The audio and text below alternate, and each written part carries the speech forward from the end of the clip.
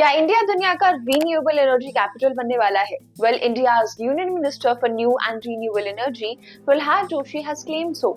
एक और रिपोर्ट जो एसबीआई ने पेश की है उसमें कहा गया है कि भारत अपनी एनर्जी कैपेसिटी को एक्सपैंड करने के लिए तैयार है। The projections have suggested a 12-fold increase to approximately 60 gigawatt by financial year 32। Energy sector को लेकर क्या है ये पूरी रिपोर्ट और यूनियन मिनिस्टर प्रहलाद जोशी ने क्या कहा है, चलिए जानते हैं in this episode of India on the rise. Fifth CII international energy conference and exhibition को एड्रेस करते हुए हाल ही में यूनियन मिनिस्टर प्रहलाद जोशी ने बताया कि इस साल अप्रैल से नवंबर के बीच इंडिया ने 15 गीगावाट की रिन्यूएबल एनर्जी कैपेसिटी को ऐड किया है, जो पिछले साल के सेम पीरियड से ऑलमोस्ट डबल है।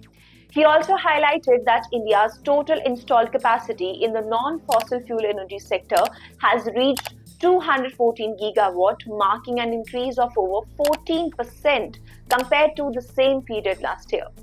Additionally, he pointed out that 2.3 gigawatt of new capacity was added in November 2024 alone, reflecting a four-fold increase from the 566 megawatt added in November 2023. For the unversed, India wants to achieve the goal of 500 gigawatt of non-fossil fuel-based generation capacity by 2030.